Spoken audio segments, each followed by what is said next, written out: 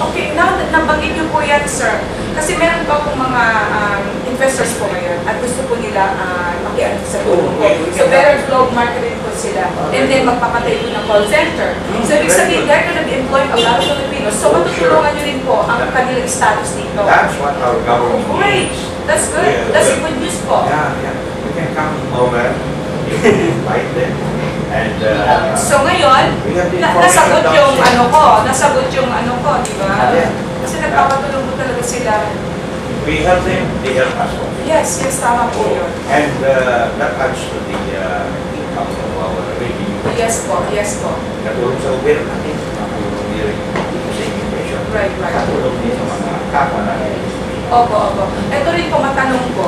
I'm not sure po kung pwede niyong masagot po ito kasi gaming, ano po ito eh. So this involves lottery. Meron po itong Norwegian company and they said that this gonna involve billions of dollars. So, lottery po. Kung gusto nila magkaroon ng lottery, pero paano po natin ma-approve po yun sakali? At kung sino po yung the right person na lagitan po para lang mapa-approve? Sa tingin ko dyan, I'm not well versed kung to give me to help them. Siguro mag-secure sila ng information dito sa casino. Yes. Pero do you know somebody rin po para I can go, kasi ang daming lumalapit sa ako na, may ilalapit kita pero who is the real person who can help me here? Diba? Okay, give me tomorrow. Yes po, kasi magsisikip tayo ng information about that. yes po, it's very important po talaga because they're waiting for my tulong sa atin yan. Malaki pong maitutulong yun po kasi it's a big business eh. Yeah, that's right. Diba? Right. Anyway, we have this information now. Share before you go up. Okay. Nakalagay doon. May mga pupugato yan. Okay. May mga attending PI official dyan. Mag-secure ka ng information. They will answer you what you want. Talaga po? Yes, ano ba? Pakilala niyo po ako mamaya hapon. Saan po kami po? That's very important. Para malaman. Meron. That's good po. At least ako na yung main point. Ayan, mabayad na tipong aling ko nakapanayam dito sa Sir Willie Poque sa kanyang napakagandang opisina.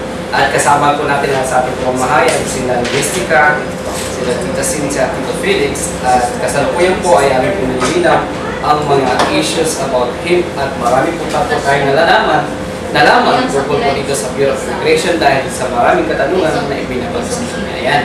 Magkala oras po natin, ginanda po ang alaw ng Parokya Santo ng hapon at muli po natin bibigyan daan ang ating hapilan para sa ilang paalala.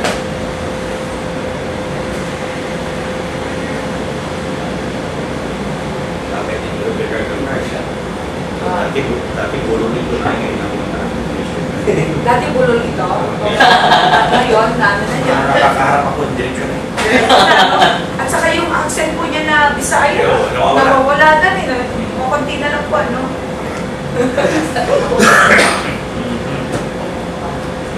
Ano po kayo? Bisaya din? Sama. Asawa din? Magkasama ngayon silang tatlo. Pag may tagkaso yung isa, may tagkaso yung tatlo. Ano, talaga, ay, connected lahat ang kanilang mga baga. Connected po, connected kanilang mga puso. Eh, kasi nagkasakit, magkasakit lahat. Okay na lahat. Kasi ibig sabihin, isang ano talaga sila, isang connection ng kanilang katawan. Tatanong ako, lagi yan. Totally, sir. Kasi, ganito sir, kasi dito sa Pilipinas wala pa yung true texting. So, ang gusto po nila, true texting. Kasi meron na po silang ano, so sila na po ang mag-explain ito. Ang gusto lang po nila, sa akin, is to find out if they're going to offer you yung ano, yung exclusive right po na kanilang ang makakuha ng true texting.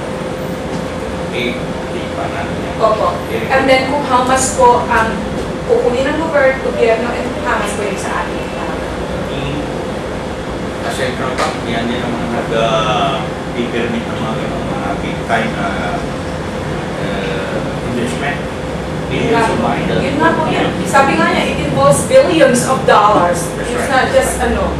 Yeah, billions of dollars. Existing na po kasi sa Norway, so may gusto rin po nilang i-ano sa Pilipinas. And through me, gusto nilang malaman. Kasi kung sila agad yung pupunta rito, eh, di ba, mas maganda yung alam na nila na, oh, okay na, may go signal na, approve na daw, na gano'n. So, all I have to do is just to contact and tell, Yan, Samantala, Mystica. maya-maya po lamang at hihinga po Mystica natin. in the name. Sinusure Kaya, ka ko. itong ating kaibigan na si Oh, San sige, Pedro ang wish line niya. Yan. At sa kalukuyan po ay pinakausap po siya ngayon. Okay.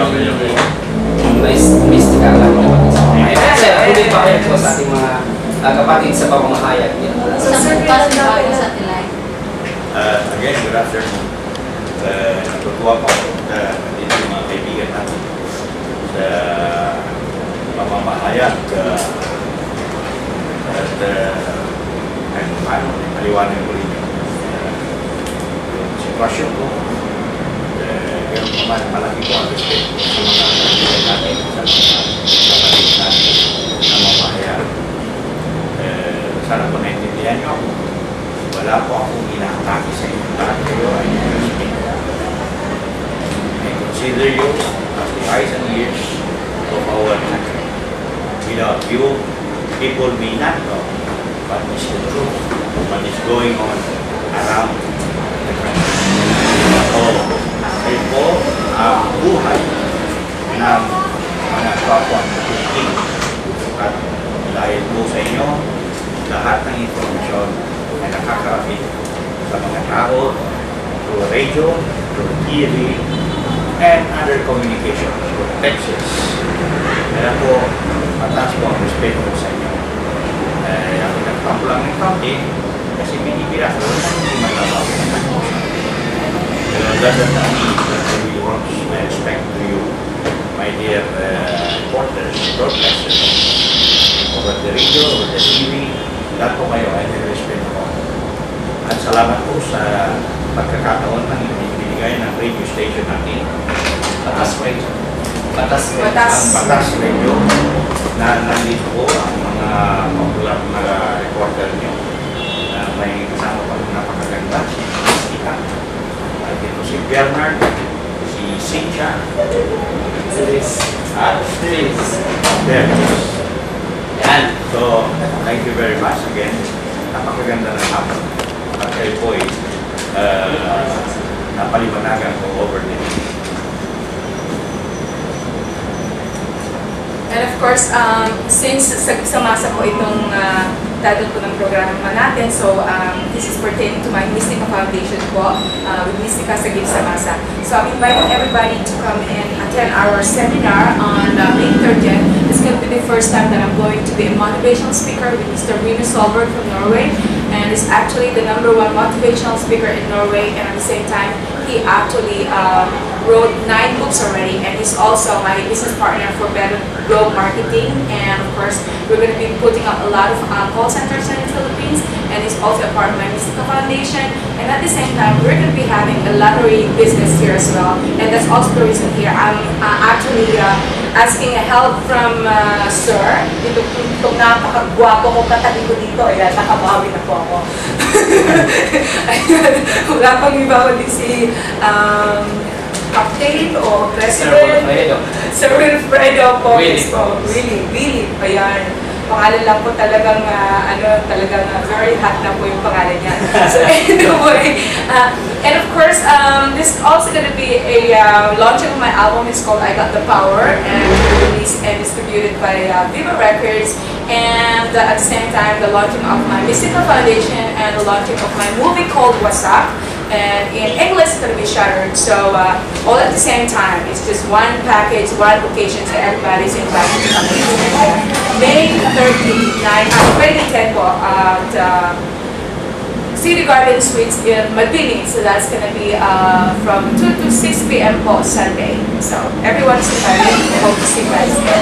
Thank you so much once again for listening. And of course, the last channel, this is also going to be on YouTube. So everybody's going to be watching that also. So go to youtube.com/user/Mystica videos. So everything, updates and everything of Sagip Samasa, and of course with the TAS channel, everything's going to be there. And of course, Sir's going to be there too. So everybody's invited to watch that on YouTube or my website po at www.mysticastar.com. So you all guys here, love you. Wow. Oh, you know my wow.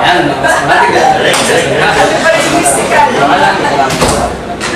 Alam po. All right, sir.